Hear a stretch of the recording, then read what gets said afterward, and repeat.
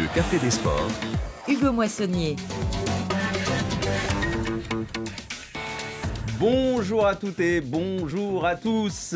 Bienvenue, ravi de vous retrouver sur RFI, France 24, Facebook, votre tablette, votre smartphone. Le Café des Sports de Radio Foot ouvre ses portes comme chaque vendredi. Soyez les bienvenus. Une seule chose, il faut choisir son camp ce vendredi et fermer les yeux aussi. Imaginez les premières notes du Jump de Van Halen au synthétiseur résonnent. Imaginez près de 70 000 personnes en délire, des tifos, des drapeaux, des fumis aussi, on va pas se mentir. Imaginez que vous êtes au Vélodrome, on en restera là, au Vélodrome de Marseille, et que vous portez soit le maillot blanc et bleu de l'OM, soit le maillot de je ne sais plus trop quelle couleur, Jordan, je ne sais trop quoi, du Paris Saint-Germain version Qatar. Ces sensations, deux de nos invités aujourd'hui les ont vécues, et pas qu'une seule fois, mesdames et messieurs. Avant le classique sur le terrain dimanche en Ligue 1, le classique maison du Café des Sports pour vous ce vendredi. À ma gauche, un ancien attaquant qui a aidé l'Olympique de Marseille à se sauver, à se reconstruire au milieu des années 90, un héros de l'ombre donc. Une patte gauche puissante, une grande gueule aussi. J'ai le droit de rigoler quand même déjà. Une grande gueule, vous êtes d'accord? Et des faux airs d'Igor Tudor. Donc c'est vous dire s'il m'effraie un petit peu, je vais m'arrêter là parce que sinon je vais le vexer. Marc Libra, mesdames et messieurs, bonjour Marc. Bonjour Hugo, bonjour à toutes et à tous. À ma droite, un ancien défenseur, ancien capitaine même du Paris Saint-Germain, époque Canal+, c'est toujours l'époque la plus glorieuse du club, à ce que je sache. Un homme au catogan légendaire, au penalty imaginaire, qui a participé à la première remontada, dans le mauvais sens, du Paris Saint-Germain. Un précurseur, donc, Eric Rabessandratana. Bonjour Eric. Bonjour Hugo, je ne vois pas de quoi vous parlez. Mais on va vous rafraîchir la mémoire dans quelques instants. Le classique autour de la table, donc, une fois n'est pas coutume. La mesure, la tempérance, la neutralité seront incarnées ce vendredi par un certain Rémi Ngono. Bonjour Rémi. Bonjour, et surtout, je suis en train de lancer une alerte. La pim bom, alerte disparition. Mesdames, mesdemoiselles et messieurs, si vous avez trouvé Xavier Barré caché sous un lit, bien vouloir le ramener. Et si on saluait chaleureusement Xavier Barré, qui reviendra rapidement reprendre sa place dans le Café des Sports, on salue évidemment aussi l'atelière, la patronne, Annie Gasnier. Bisous à tous les deux. Le réfé Suto, lui, est bien présent. Salut Hugo. Frédéric Bonjour Suto, tout le bonjour. monde. Chef adjoint Et du les service des auditeurs sports de qui RFI. déjà nous parlent de Xavier, Barcelone éliminé, c'est pour ça qu'il n'est pas venu. Ah oui, c'est vrai, il n'a pas osé affronter Rémi Ngono. C'est vrai. C'est vrai qu'on va parler de la Ligue On y Europa, ira pas. du désastre barcelonais, mais aussi évidemment du désastre des clubs français. Là, je sens qu'on va réconcilier un petit peu tout le monde avec ce sujet, mais on va aussi parler du championnat espagnol où le Real Madrid, là, est en danger et non pas le Barça. Donc on va aussi un petit peu énerver Rémi Ngono. Radio Foot, le Café des Sports. Merci aux équipes, David Finzel, Sarah Loubakou, Chienne Bourdelas, Walkedir. Est-ce que j'en oublie? Et bien sûr, le maestro Laurent Salerno. Comment ne pas le citer? On embrasse une nouvelle fois les absents du jour, Xavier et Annie. Libra qui permet à l'Olympique de Marseille d'égaliser. Corner tiré pour la tête de Rabessandratana et ouverture du score. But de Marc Libra qui signe un doublé extraordinaire. Marc Libra had produced a goal which would have graced Ce but de Rabessandratana contre Göteborg. Eric Rabessandratana. Eric Rabessandratana. Pour Libra qui vient d'entrer. Pas mal, hein, Pas en mal, version, je pense que c'était de l'espagnol ou de l'anglais. Vous avez fait le tour du monde, Il y en a trop. messieurs. Vous avez été cités dans Il y en toutes a les moins langues, pour Marc moi. Libra et Eric Rabessandratana. Évidemment, le classique, c'est le grand rendez-vous de la saison en France, et c'est encore plus vrai cette saison. Marseille, Paris Saint-Germain, rendez-vous dimanche pour le choc de la 25e journée de Ligue 1 dans un stade Vélodrome, je le disais, en ébullition. L'ambiance promet d'être absolument incroyable. Alors il y a la rivalité de longue date, et puis il y a celle de circonstance, parce que cette année ça pourrait être un choc décisif pour le titre. Moi, ce qui m'intéresse pour l'instant, c'est l'histoire avec un grand H, celle que vous avez contribué à écrire, messieurs Marc et Rabessandratana. L'un ancien joueur de l'OM, l'autre ancien joueur Il y en a un, du ça se voit aujourd'hui. PSG. Il y en a un, ça se voit vraiment aujourd'hui. Oui, alors que vous n'assumez pas. Non, j'ai pas Vous, dit c'est ça. dans l'accent aussi. Non, Vous, attendez, l'accent, j'ai pas vous besoin. les voiles, Non, mais j'ai pas besoin. Allez. Et moi, ancien ramasseur de balles de l'OM, et ancien jardinier du PSG. Voilà. C'est faux. Vous êtes le Je fossoyeur vais pas des deux dire, mais à clubs. l'époque, c'était pas super. hein. Le jardinier, Ah oui, en plus. Non, depuis 10 ans, vous êtes surtout le fossoyeur des deux clubs. Allez, mon ami Marc Libra, une question simple. Votre plus grand souvenir de classique? C'est peut-être un des premiers des années 93 où on monte à Paris avec la grosse équipe hein, et on fait un partout. Bah, c'est l'année où vous êtes champion d'Europe. Voilà. Non, c'est juste après. Juste après, mais bon. Il y en a oui. une, voilà, c'est juste Alors, c'est la après. grosse année, champion d'Europe, et puis quelques petits déboires derrière. Léger. Léger. Très léger. Et non, mais c'était quand on grandit au centre de formation, il y a une culture qui se fait par rapport aux époques 89, 90, on est au centre de formation, et puis on se dit un jour on va aller au parc, et puis on va jouer au parc contre le PSG. L'ennemi jura à l'époque, mais un ennemi qui a Oui. été monté toute pièce. C'est ce que j'allais Parce dire, qu'on se côtoie et on se connaît. c'est l'époque où ça se monte en fait, cette rivalité. L'histoire, elle C'est démarre plutôt là. Bordeaux, le rival de Marseille Oui. à la base. Avec Claude Bèze à l'époque, c'est encore autre chose, mais le PSG va naître dans les années 90 avec cette époque, avec Bernard Tapie, avec Denisot, avec Canal+. c'est là où ça se monte. Quand Canal+, C'est là où prend ça va en vraiment main prendre de le l'ampleur, PSG. où je pense que Bordeaux va un petit peu disparaître et ça va être Paris. Et toujours l'idée, le classique de dire, bon ben voilà, ça y est, c'est le gros match que tout le monde attend. Et puis il y avait du spectacle. À l'époque aussi, si on peut aller plus loin, il y a des joueurs qui sont en équipe de France, qui sont une majorité de Marseillais. Il y a aussi une majorité qui est parisien. On va dire qu'à un moment donné, ce sont les Marseillais qui font l'équipe de France, ce sont les Marseillais qui décident. Enfin, il y avait tellement de choses qui se passaient à l'époque. Il n'y avait pas tous les réseaux. L'équipe de France. Il y a 8 ou 9 Marseillais. N'arrive pas à aller à la Coupe du Monde et je prends les pieds dans le Exactement. tapis avec Il y la avait moitié, un classique dans le vestiaire de l'équipe de France aussi. alors qu'ils C'était auraient dû déjà aller au très tendu. mondial, hein, Oui, mais oui. Mais la c'était. défaite à domicile face à Israël, celle face à la Exactement. Bulgarie. Mais Ouais, mais c'est vraiment une époque où on parle que de Paris et de Marseille. Il n'y a que ça. C'est vrai, il n'y a que ça. Il se passe que ça. Bah, ce et... sont les deux grands clubs des années 90 et les deux Exact. seuls clubs français qui ont gagné. Mais il y a cette une rivalité Coupe qui va d'Europe naître dans cette auprès de la décennie-là. télévision. C'est Oui, ça mais qui est important. Tu Eric. parlais de l'équipe de France tout à l'heure, mais il y a cette mauvaise entente, même si les gars se connaissent, cette mauvaise entente qui règne quand même, c'est-à-dire qu'il y a une vraie une rivalité entre les deux, même en équipe de France, et du coup, il n'y a peut-être pas les résultats qu'on attend, parce qu'il y a quand même, avec le talent qu'il y a dans cette équipe, Il y en avait. tu dois... Vous êtes arrivé un peu plus tard sur les classiques, plutôt la deuxième partie des 97, années ouais. 90. Et d'ailleurs, vous êtes croisés sur un match. Est-ce que vous avez disputé un classique, le même classique, ou alors est-ce que vous êtes croisés Je ne sais pas, parce que moi, je me rappelle Ricardo Camboiré. Est-ce que vous êtes là quand Ravanelli Non, mais moi, obtient un je fais penalty moi, je suis parti. imaginaire? Non, je suis parti juste Non, avant. moi, je fais 97-2001. Ouais. Donc, je crois que tu es parti déjà. On se croise avant, peut-être. Donc vous, votre premier, vous concédez le penalty de Je me la rappelle pas, défaite avec je me rappelle Ravanelli pas de penalty qui déjà, Ravanelli donc qui je tombe. concède rien du tout. Il faut arrêter avec cette image. Je suis désolé, je vais rétablir ça encore une fois. Je concède rien non, du le tout. penalty a été sifflé. Le monsieur chute. Le penalty est sifflé, le vous penalty perdez. est sifflé. Et si vous avez un autre souvenir, peut-être plus joyeux, une victoire. Oui, bien sûr. La victoire, alors elle est forte en émotion. Alors c'était à Paris forcément, au Parc des Princes. Ah, regardez-moi les retrouvailles. où, Ravanelli, Ravessan Dratana. Non, mais c'était à Paris où on perdait 1-0 à 10 minutes de la fin et on gagne 2-1 sur des buts de Marco Simone et de Bruno Rodriguez. Et là, d'abord, tu inverses la tendance. Donc déjà, c'était fort, mais en plus dans un classico et dans une saison où on est en difficulté et que cette victoire nous permet de finir la saison plus tranquillement et puis forcément de renouer avec les supporters. Très bien. Et comment on vit dans les vestiaires ce genre de match? Comment ça se passait? Il y avait des intimidations, C'est pas que des dans mots, les des vestiaires. regards, de la tension en particulier. Est-ce qu'il fallait mettre des ingrédients particuliers pour, on va dire, appréhender ce match, le disputer, être performant dans un match de cette ampleur-là? En fait, c'est pas forcément des ingrédients particuliers, c'est des ingrédients normaux d'un match important.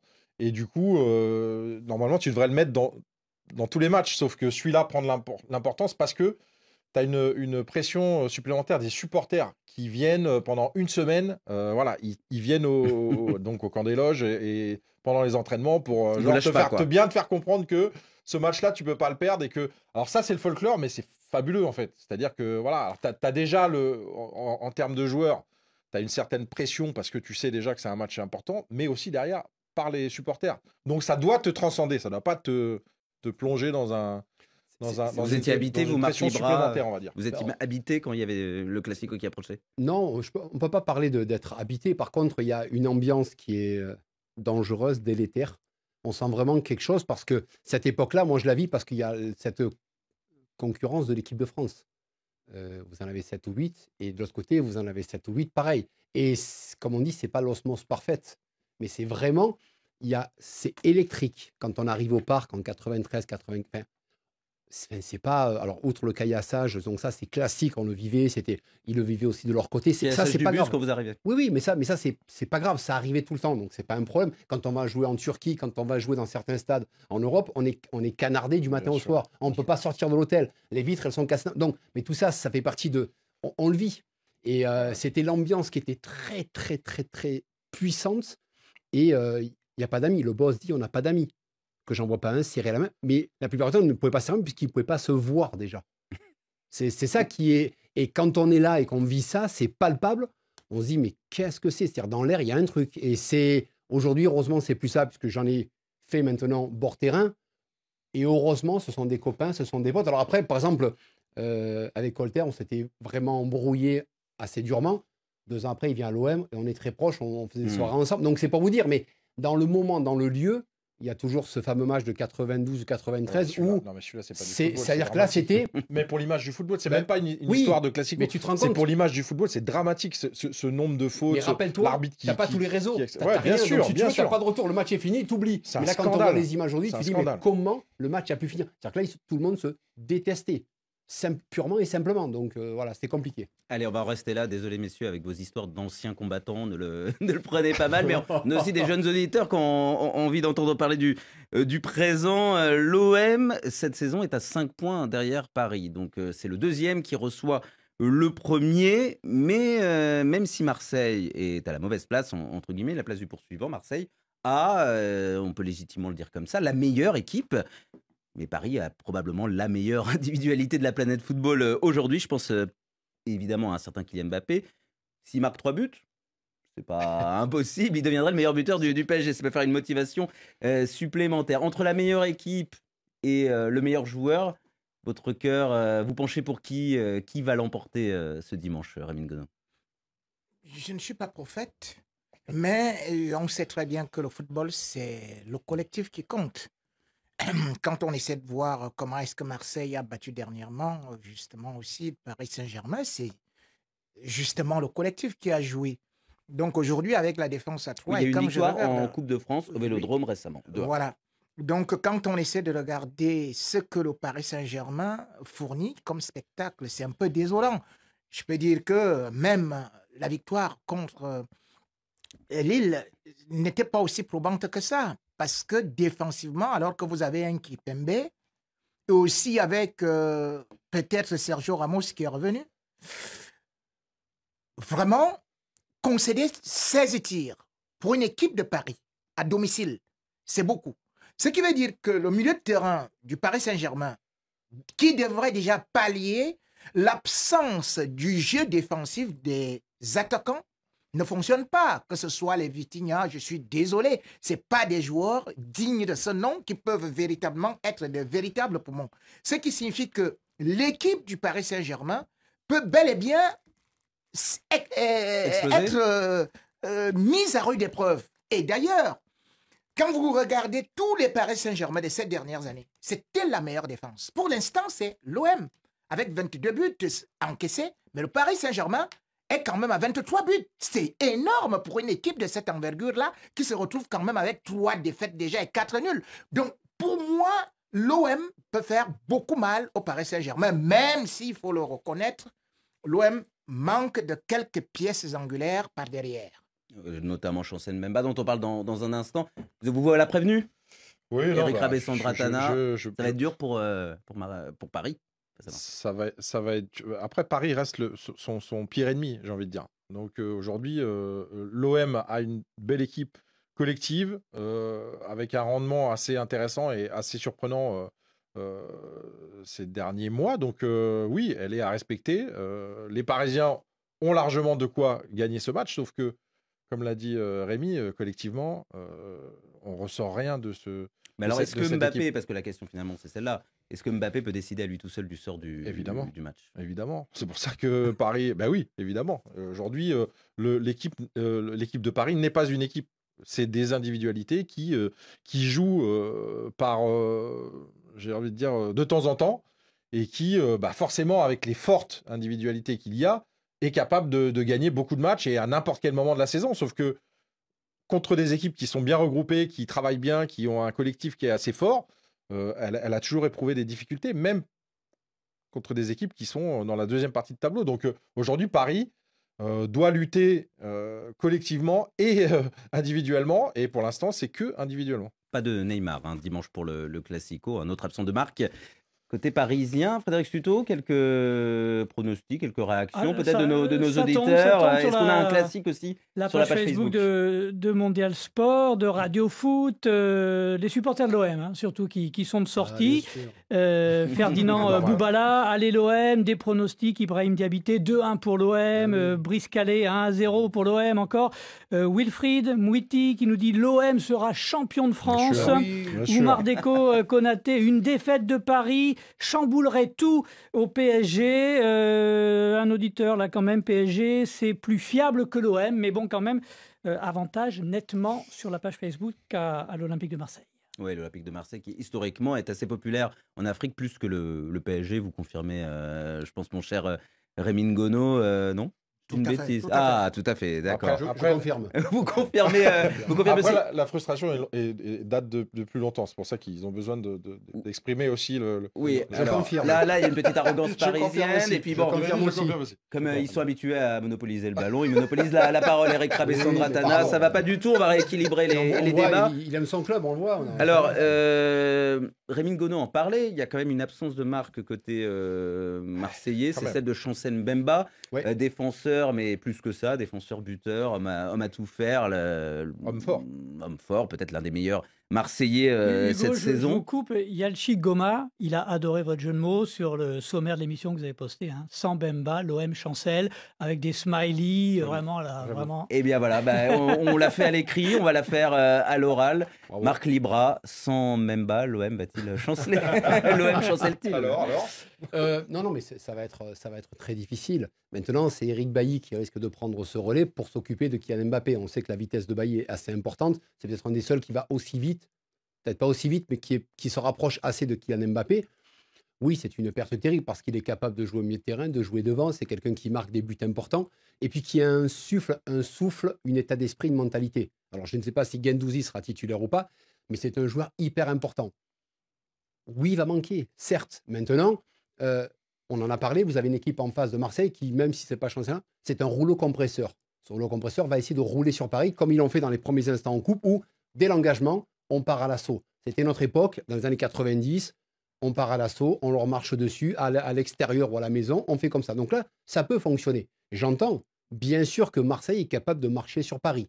Le seul problème, c'est qu'il y en a un qui s'appelle Mbappé. Vous ne jouez pas comme vous avez joué l'autre jour face au PSG avec quelqu'un qui s'appelle Mbappé. Vous êtes obligé de défendre en reculant. Sur le reculoir, on a un défenseur, parce que ça veut dire, vous n'avez pas Mbappé, vous pouvez défendre en regardant vers vous, vous avez Mbappé, vous mettez un pied derrière, vous dites, bon, je vais attaquer, mais je vais quand même laisser 2 mètres. Oui, chaque centimètre peut... Ou alors comme à l'ancienne, c'est-à-dire qu'on met quelqu'un sur Mbappé et qui ne joue pas, qui regarde Mbappé, qui ne le lâche pas, mais qui ne va pas jouer, va s'occuper d'Mbappé. Je ne dis pas qu'il va faire des agressions, mais qui va jouer que sur lui, l'homme, du début jusqu'à la fin. Parce qu'autrement, ça me semble ingérable. Marseille a les qualités pour, mais en face, il y a Mbappé. On l'a vu, il rentre 15 minutes face au Bayern, il a chaviré le Bayern. On l'a vu Lille, il passe entre 2 joueurs, les 2 joueurs sont tombés. Et le troisième se blesse. Et le troisième se blesse, le gars il a raté le ballon. Non mais on rigole, c'est un adulte qui joue avec des enfants aujourd'hui. Alors, outre Mbemba, peut-être pas de gigot pour l'OM. Donc c'est vrai que ça fait une défense relativement décimée et peut-être beaucoup de responsabilité pour le seul Eric Bailly. Il va pas jouer tout seul en défense, mais la défense de l'OM et Eric Bailly, au défi Mbappé, c'est la clé du match. Est-ce que vous pensez que ça peut le faire, comme on dit, Rémi Ngono? Il faut déjà savoir que Eric Bailly manque de confiance parce qu'on se voit quand même que c'est quelqu'un qui blessure, suspension, 8 matchs, 3 titularisations. Mais sa dernière entrée me paraissait un peu positive.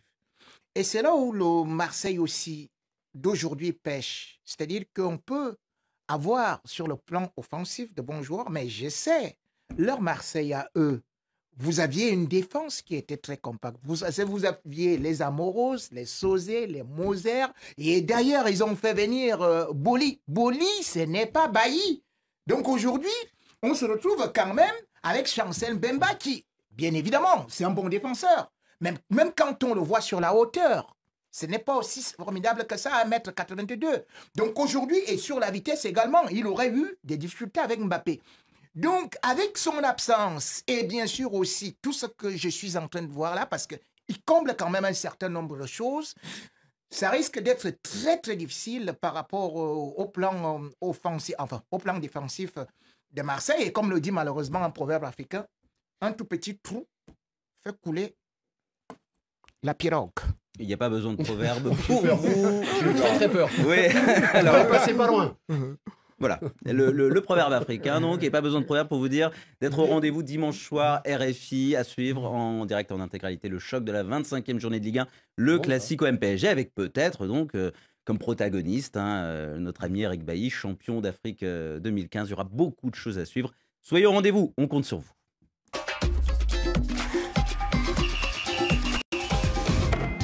La marche était trop haute tout simplement ce soir pour le FC Nantes. Et Monaco est éliminé. 5 tirs au but à 3. C'est le Shakhtar Donetsk qui se qualifie pour les huitièmes de finale. 0 sur 3 pour les clubs français. Ça aussi, malheureusement, c'est du classique. J'appelle ça la France, et pas n'importe laquelle. Celle qui se ridiculise en Coupe d'Europe et qui, en plus, cerise sur le gâteau, rate ses séances de tir au but. Jeudi noir pour les clubs français engagés en Ligue Europa, mon cher Frédéric Suto. Il y en avait 3, aujourd'hui il y en a 0. Et il y avait de l'espoir. Quand même, en plus, c'était plutôt bien parti. Le Football Club de Nantes qui va chercher à l'aller un nul, à Turin face à la Juve, un partout.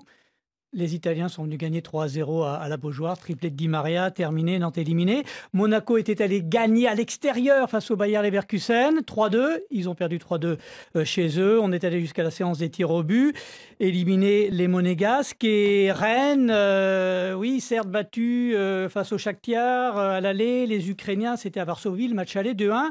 Il menait 2-0 à quelques secondes de la fin, 2-1, même scénario, grâce prolongation. à Carl Toko Ekambi. Carl Toko Ekambi a marqué, mais là encore, séance de tir au but. Rennes est éliminé, 0 pointé. C'est une habitude. On rappelle juste, il y a quoi, 2 clubs français qui ont gagné une Coupe d'Europe. Ils sont bien représentés, là. L'Olympique de Marseille, dont on a longuement parlé en première partie. Bien sûr. Ah oui. Et le Paris Saint-Germain, la Coupe des Coupes. Alors, est-ce que ça peut avoir des conséquences? C'est ça la question qu'on se pose. Frédéric Suto, c'est pas le tout de se moquer des clubs français. Il faut aussi s'interroger sur les conséquences que ça peut avoir pour le championnat de France sur la scène européenne. Oui, et on parle beaucoup de cet indice UEFA. L'indice UEFA, c'est le classement des pays en fonction des résultats de leur club dans les Coupes d'Europe. Donc loin devant, vous avez l'Angleterre, derrière c'est l'Espagne, l'Allemagne, l'Italie, et la France pour l'instant est 5e. Cette 5e place, elle est très importante, puisqu'il y a une réforme de la Ligue des Champions, des Coupes d'Europe, là, qui va arriver en 2024-2025. Et c'est le classement de la fin de cette saison-là qui va compter. La 5e place, elle va permettre d'avoir 3 clubs directement qualifiés pour la Ligue des Champions. Un de plus qu'aujourd'hui. Un de plus qu'aujourd'hui. Et un 4e qui pourra jouer les barrages. Donc les clubs français s'accrochent à cette 5e place. Mais là, on n'a plus que le PSG en ballottage, on ne sait plus, plutôt défavorable face au Bayern de Munich. Nice en Ligue Europa Conférence. Et derrière, tout près, il y a les Néerlandais, qui aussi ont encore des clubs engagés. Il y a les Portugais, où on a Porto, Benfica en Ligue des Champions qui ont encore leur carte. Il va falloir tenir ce rang jusqu'à la fin de la saison. Donc on compte énormément sur le PSG. Eric Rabessandratana, vous êtes inquiet, voire en colère contre les représentants de la Ligue 1 en Coupe d'Europe, en Ligue Europa? En colère, non. Après... vous n'êtes même pas surpris, abattu? Non, je suis pas abattu, mais les clubs français sont un peu mieux dans le championnat français, je trouve, dans les affrontements contre les grosses équipes. Voilà, il y a du jeu, il y a plus de oui, elle n'a jamais été aussi séduisante. Il y a plus d'intérêt. C'est paradoxal. Donc, ouais, mais c'est paradoxal, c'est aussi que cet équilibre, où être capable de jouer la Coupe d'Europe et le championnat. D'habitude, on joue le championnat et pas trop la Coupe d'Europe. Là, on est battu par des équipes qui sont expérimentées et qui ont l'habitude de jouer la Coupe d'Europe. Donc aujourd'hui, Enfin, ce ne sont pas des ogres quand même. Je suis désolé. c'est pas des ogres, mais Bayer Ils Leverkusen. sont habitués aux compétitions européennes tout le temps. Tout le temps, chaque année, ils jouent au Shakhtar. La plupart, elles n'ont pas fait de bons matchs sur le match aller, et derrière, elles réagissent. Et en fait, la Coupe d'Europe, c'est ça, c'est d'être capable d'avoir un équilibre sur les 2 matchs. Aujourd'hui, les Français, on manque d'expérience de ce côté-là. Je trouve que de consistance, par rapport à ces équipes-là. Chers auditeurs, je vais vous faire une confidence. Marc Libra, il l'a pas dit avec ces mots-là hors antenne. Il a dit que ça allait embêter de jouer la Coupe d'Europe, les clubs français. Les ennuyer. Non, mais on a connu une époque où nous, on jouait l'Europe, on était content de jouer l'Europe. Là, la plupart des clubs font le forcing pour se qualifier pour une Coupe d'Europe. Et arrivé le tirage au sort et au mois de septembre, les entraîneurs de Ligue 1 nous expliquent qu'ils sont fatigués et que jouer un jeudi, ça les ennuie.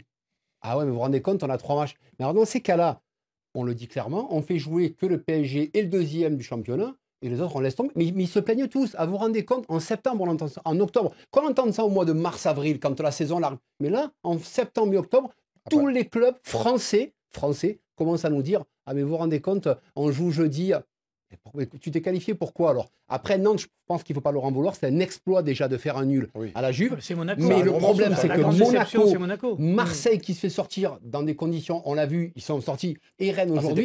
C'était pas hier. Non, mais ils font partie du lot. Si Marseille était. Vous voyez, ils font partie du lot. Donc il faut qu'ils soient là, ces clubs. Parce qu'on en a besoin. Lyon aussi, parce qu'avec l'absence de Lyon, ça joue aussi énormément.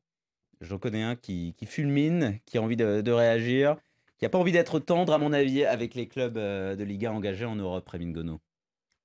Depuis l'arrivée de Lionel Messi, franchement... Encore Paris, c'est dingue ça. C'est pas possible. Le football français a regretté de telle sorte qu'il est devenu un championnat de fermiers. Alejandro n'est plus là. Mais c'est pas possible. Ça sert à rien d'embêter. Mais attends, Hugo. Mais là, il me fait comprendre que oui, quand les clubs français jouent avec d'autres clubs plus expérimentés, c'est un peu compliqué. Monsieur, on joue contre Bayer Leverkusen. Bayer Leverkusen, c'est le 10e du championnat allemand. Oui, mais le championnat allemand, on va jouer le championnat allemand, tu vas voir. Attendez, 10e. Et vous jouez contre le 3e du championnat de fermiers, enfin, français. Voilà. Maintenant, on me fait comprendre que c'est tellement compliqué de pouvoir arriver à ça. Alors que moi, j'ai vu Monaco battre, par exemple, Manchester City. Monaco, c'est une surprise. Battre Manchester City de Pep Guardiola. Où est-ce qu'on va? C'est-à-dire qu'au lieu de progresser, on ne fait que regresser. Et un beau jour, on va dire que franchement, jouer contre le champion de Pologne, c'est très, très compliqué. Et puis, le champion du Kazakhstan, c'est très, très compliqué. On va se retrouver contre le champion du Tchad. Et là, je vous dis, le champion du Tchad va nous massacrer. Le champion du Niger va massacrer. Mais entraîner les équipes de France, ils vont jouer peut-être la ligue de quelque chose de quelque part, ou bien la ligue des foires qui existait à l'époque. C'est trop. On ne peut pas continuer comme ça là. C'est-à-dire que le championnat français, on prend des stars qui viennent là, et finalement on se rend compte que plus on s'enfonce dans l'obscurité.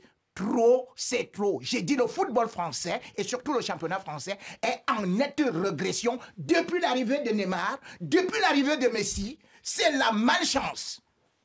Eh bien, ça c'est un édito en plein milieu de l'émission. C'est une position tranchée. Ma foi, c'était intéressant. Bon, il n'y a pas que les clubs de Ligue 1 qui étaient engagés en Coupe d'Europe hier. Il y avait aussi une affiche qui fleure bon, la Ligue des Champions. On peut même parler d'une finale de Ligue des Champions qui a existé tout simplement, puisque c'est face au Manchester United Ferguson à l'époque, souvenez-vous, que Messi, Guardiola, les amis de Rémi Ngono remportaient des coupes aux grandes oreilles. Oui, exactement. Quand il est resté en l'air. 2009, 2011. Hier, en 2023, c'était une affiche de 16e de finale retour d'Europa League. Manchester United et Barça. Et c'est United qui est passé, succès 2-1. Fred et Anthony ont répondu à Lewandowski. Et les Red Devils, résultat, sont partis pour une deuxième partie de saison assez incroyable, parce qu'ils sont encore en lice dans 4 compétitions, les 4 compétitions du début de saison. Et d'ailleurs, il y a une finale de Coupe de la Ligue qui arrive contre Newcastle ce week-end. Bon, en championnat, ils sont un peu loin du leader quand même, à 6 points et un match en moins pour Arsenal, le leader. Mais est-ce que ça acte la résurrection, la renaissance de ce club sous Erik ten Hag? Erik ten Hag, quand il est arrivé la saison passée, il a pris des choix forts. Il s'est permis de récupérer Ronaldo pour après le mettre dehors. c'est encore trop tôt. Je pense que la fin de saison dictera un petit peu. En tout cas, ce qui s'est passé, c'est qu'ils ont acheté les joueurs les plus importants, ce qui leur manquait.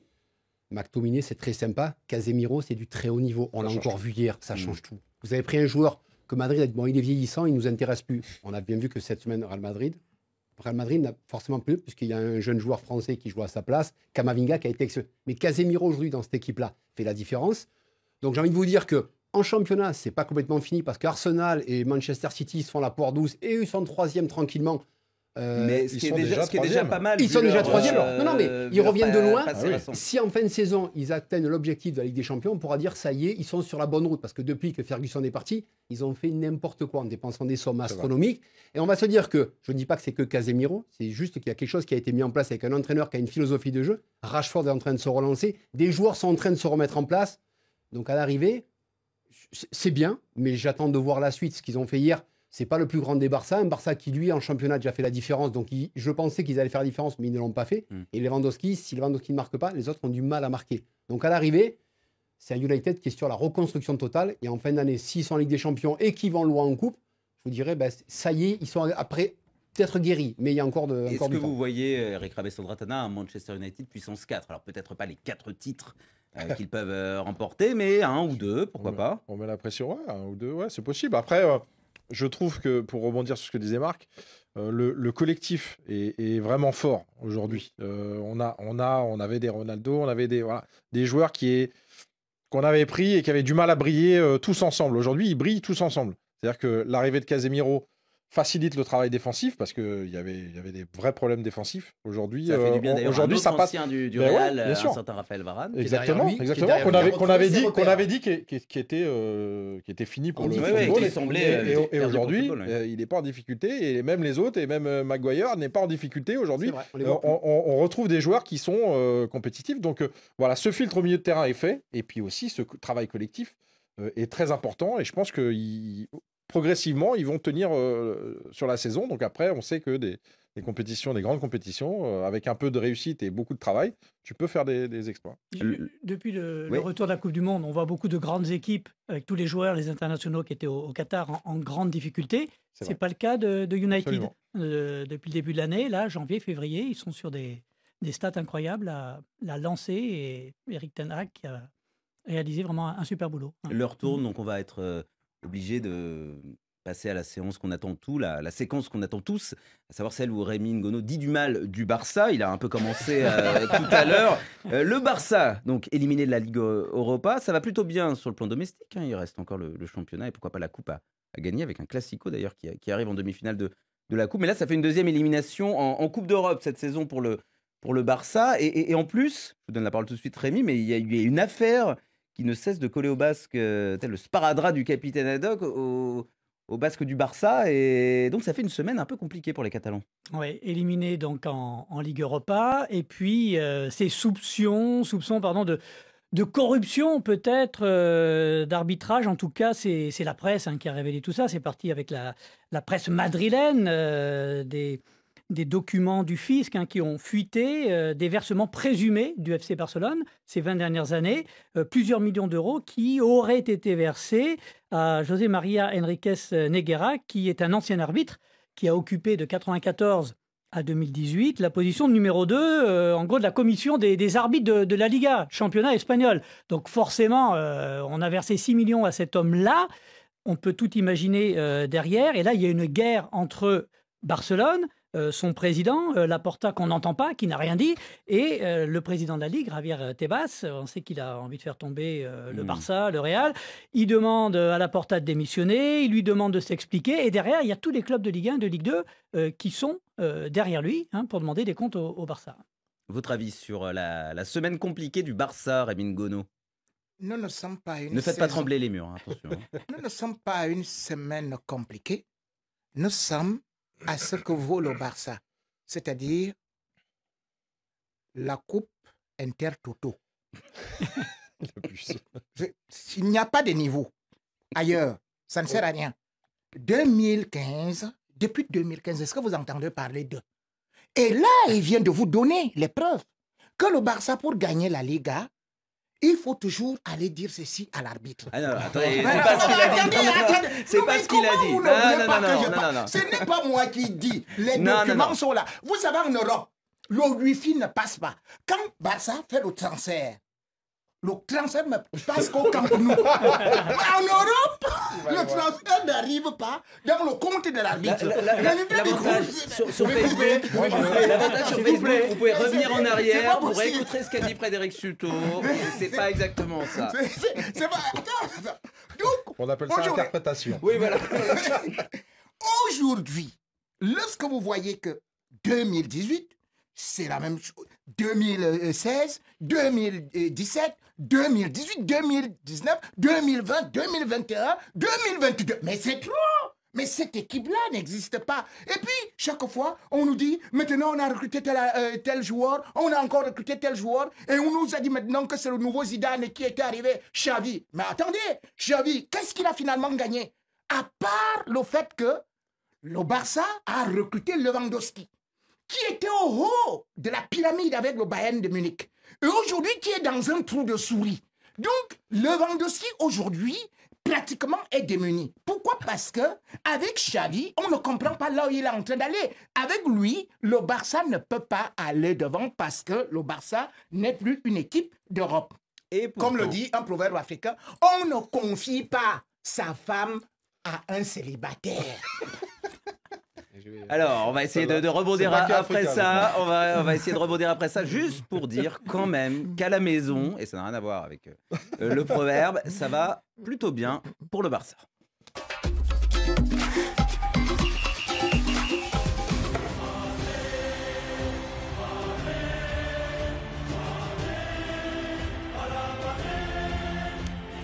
La Liga est bien partie pour revenir dans la cité catalane après des années d'errance. Les Blaugrana comptent actuellement 8 longueurs d'avance sur le Real Madrid. Vous avez entendu la musique. Le Barça sera à Almeria dimanche en Liga, alors que le Real reçoit demain son voisin de l'Atlético. Et si les merengues impressionnent en Europe, contrairement aux Catalans, eh bien ils ont du mal en championnat, en Liga, contrairement aux Barcelonais. Un Classico arrive bientôt, je le disais, en Coupe d'Espagne. Le Real, s'il est accroché ce week-end et s'il venait à perdre contre le Barça en Coupe du Roi, pourrait s'offrir une fin de saison compliquée sur la scène domestique. Et ça commence demain, donc il ne faut pas se rater contre l'Atlético de Madrid. Vous le voyez comment, Eric Rabé-Sandratana se choque? Parce que c'est pas vraiment une fête des voisins des côtés de Madrid. Des voisins. Non, après le Real est toujours assez irrégulier, je trouve, en Liga, même si forcément, voilà, ils ont 8 points de retard sur le Barça, mais surtout, le Real a toujours un trou dans la saison, et après, il se remet bien en termes d'Européens, puisqu'on sait, au début janvier, cette période-là est toujours un peu compliquée. Mais là on l'a bien vu cette semaine globalement. Non mais je veux dire ce que je veux dire, c'est que Champions, c'est plutôt leur truc. Ils étaient vraiment concentrés sur la Champions League, et ils sont souvent concentrés dans cette période sur la Champions League. Après, elle a l'équipe pour faire la différence, mais avec ce retard, je suis pas sûr qu'il soit capable de revenir avec une équipe de l'Atlético qui va lui poser beaucoup de problèmes. Alaba et Rodrigo notamment absents du côté de la Maison Blanche, Marc Libra. Est-ce que effectivement il y a une espèce de culture paradoxale du Real Madrid, souvent un peu largué, en championnat, régulièrement largué, alors qu'il a enchaîné des prouesses en Ligue des Champions depuis plus de 10 ans, 20 ans, et finalement pas tant de Liga déjà, à côté. C'est leur compétition, la Ligue des Champions. La bille lumière, la musique retentit, c'est pas la même équipe. Il y a aussi le problème, c'est qu'il y a eu Karim Benzema, Ballon d'Or. Donc, si vous voulez, ça a bouffé, que vous le vouliez, dans la maison madrilène. Surtout lui, on a vu après, il a été énormément absent. Quand on voit le match de Karim Benzema, on ne peut que penser. C'est bien remis là contre Liverpool. Mais c'est sa compétition. Il n'avait pas mis un but en 4 matchs. Donc, après, il s'est remis dans le sens de la marche. Il a été absent énormément. Quand vous perdez quelqu'un qui est aussi important depuis plus de 12 ans au Real Madrid, qui est devant, qu'on le veuille ou non, et qui vous apporte. Donc aujourd'hui, mais est-ce que le Real qu'on a vu renaître un petit peu en Ligue des Champions cette semaine va poursuivre, va poursuivre ce week-end contre l'Atlético. Alors est-ce qu'on va de nouveau suivre un peu ce Real à deux visages? Est-ce qu'officiellement en interne Ancelotti dit bon les garçons, vous savez quoi, on va aller chercher une nouvelle Ligue des Champions, ou alors le championnat, on fait ce qu'on peut. Parce que quoi qu'il arrive, je peux vous ménager pour tel match, telle rencontre. C'est à eux de voir en interne. Est-ce que le gap est trop long pour aller chercher le Barça, l'Atlético? C'est ça qu'il faut savoir. Quelles sont les consignes? Avec le retard accumulé au départ, est-ce que c'est possible? Est-ce que je ne vais pas vous cramer?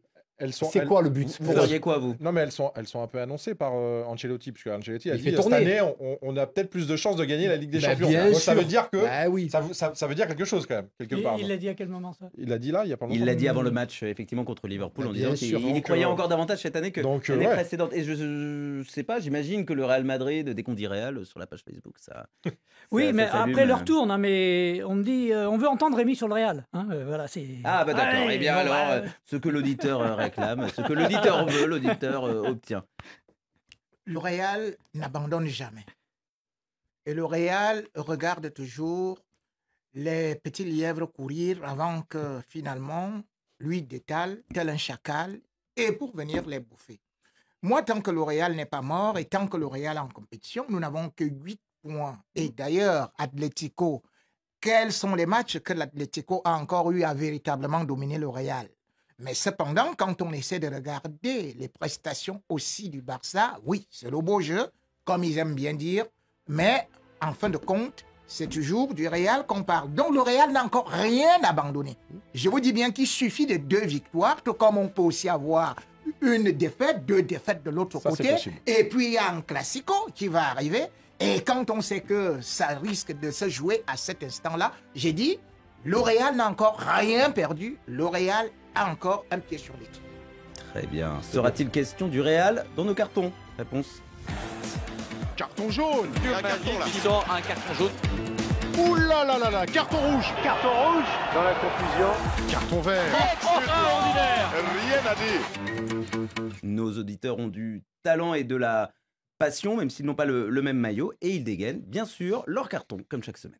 Madrid, Madrid, à la Madrid, Inadamas, Inadamas, à la Madrid. Bonjour, le Café des Sports, c'est Boubacar Diallo depuis la capitale guinéenne Conakry, qui dédie cet après-midi évidemment un carton vert, vert comme la nature pour le plus grand club du monde et de l'histoire du football, le Grand Real. Ce club-là est extraordinaire, il est incroyable, il est immortel, il est insubmersible. Franchement, on manque d'adjectifs pour qualifier le Real, mais peut-être Xavier Barré aura un pour nous avec son Barça qui est à la dérive. Chasser tout simplement entre le Real et les autres clubs, c'est un peu entre le feu et le soleil. D'ailleurs, il y a un proverbe africain qui dit « La grandeur d'un feu n'empêche pas le soleil de briller ». Bon Café des Sports à vous et surtout bon week-end. Ciao. Je me renomme Nacho, qui a fait un match extraordinaire depuis qu'il est rentré en jeu. On a vu à quel point Alaba était en difficulté face à Mohamed Salah, mais depuis son entrée en jeu, on n'a plus vu l'Égyptien. Donc grand chapeau à Nacho. Vers au Real Madrid, précisément à Karim Benzema. 18 saisons consécutives, il marque en Ligue des Champions. Seulement 2 joueurs au monde, Lionel Messi et Karim Benzema. Plus particulièrement Eduardo Camavinga.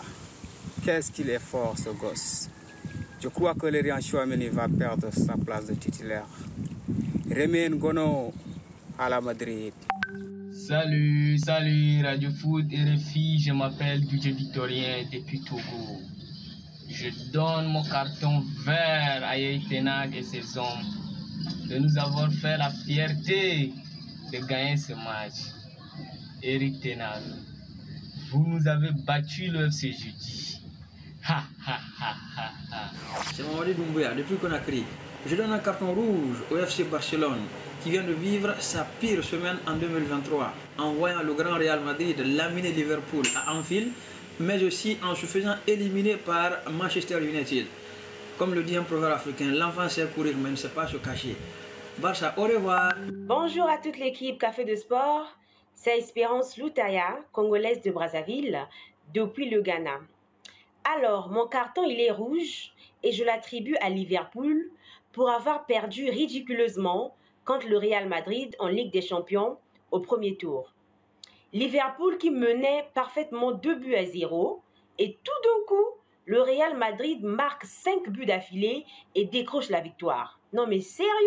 Bonsoir Mondial Sport, c'est Diallo Lamabank depuis Guinée-Conakry. Je donne un carton vert à Di Maria qui nous prouve à suffisance que la vieille marmite est importante dans la cuisine pour les grands rendez-vous. Un triplé pour Di Maria, c'est juste exceptionnel. Félicitations à lui et carton vert à lui. Salut Radio Foot, Boubacar Z Zoubo et Bamako Mali. Carton vert au beau public d'Anfield du mardi soir. Pour avoir applaudi Karim Benzema et Luka Modric à leur sortie, malgré que leur équipe était menée par 5 buts à 2. C'est ça le football, ce n'est qu'un jeu. Et si les stades de la Liga peuvent s'en inspirer. Bonjour à toute l'équipe du Café des Sports. Je suis James Victor. Je vous suis depuis Haïti. Mon carton il est vert. Je donne un carton vert à toute l'équipe nationale féminine pour leur première qualification à la Coupe du Monde. Donc vraiment, mesdames, félicitations. Carton vert à Vinicius. Malgré toutes les scènes de racisme dont tu as subi, dont tu as été victime, tu as toujours su relever la tête et tu as toujours su répondre sur le rectangle vert. Tu as un mental d'acier. Force à toi, Vinicius. Et j'espère que tu pourras un jour remporter le ballon d'or durant ta carrière. De la part de Honoré Dem, Togolais vivant en Italie. Merci à nos auditeurs pour leur carton. Et celui de Radio Foot, ça va aller très vite puisqu'on s'associe à celui de notre auditeur haïtien qui félicite son équipe féminine pour sa qualification, la première pour la Coupe du Monde féminine. Eric Rabé-Sandratana, votre carton. Oui, un carton vert pour le match Ajax-Sparta Rotterdam. Kudus, quand il a marqué son but, là, pour l'arbitre, pardon. Alors je vais dire son nom, je suis désolé, mais pour Paul Van Boekel. Qui Kudus a rendu hommage à Christian Atsu et l'arbitre a eu j'ai pas envie de dire la bonté parce que c'est l'intelligence de se dire que voilà, il y avait beaucoup plus important que de mettre un carton à ce moment-là et voilà. En tout cas, bravo à cet arbitre. C'est pas arrivé souvent, voire jamais, je pense. Marc Libra, votre carton. Carton rouge. Pour tous les médias, pour tous les diffuseurs qui du matin au soir, enfin c'est même vous savez, là, on voit l'avant-match du OM-PSG, PSG-OM. On montre les tribunes, les fumigènes, le spectacle en extérieur. Par contre, les autorités importantes françaises et la LFP les sanctionnent à chaque fois. Donc pourquoi on les montre puisqu'on ne veut pas les voir dans les stades? Ils ne peuvent plus se déplacer. C'est effectivement un paradoxe. Le paradoxe, c'est terrible parce que là, on vous montre que ça. On vous montre les fumis de Marseille, de Paris, l'ambiance face à Lille. On veut l'ambiance exceptionnelle. Mais... On le montre. Par contre, les autorités LFP les punissent à chaque fois. Donc on arrête de les montrer. Ils n'existent pas pour eux. Voilà, c'est un petit coup de gueule. Et les supporters interdits de déplacement comme ceux de Paris à Marseille. On les met en avant, mais on ne veut pas les voir. Le carton de Rémi Ngono. Alors, il est vert et c'est un Catalan qui s'appelle Yasmine Aminata Fofana de ma page Facebook JP Rémi Ngono qui donne un carton vert à Sergio Ramos qui prend sa retraite internationale. Et bien sûr, et pas dans les bonnes conditions parce qu'on lui a tellement demandé des efforts, de faire des efforts pour revenir au niveau de la sélection. Et il a fait cela, que ce soit l'année dernière, on l'a déçu et cette fois-ci on envoie juste un petit SMS pour se débarrasser de quelqu'un qui a quand même fait 180 sélections et qui a été un monument pour l'Espagne. On ne peut pas se moquer de lui comme ça car un proverbe africain dit on ne crache pas dans l'eau puits où on a pris de l'eau pour boire. Merci messieurs, merci à toute l'équipe, toutes les équipes de Radio Foot. Excellent week-end à l'écoute de RFI et sur France 24 également.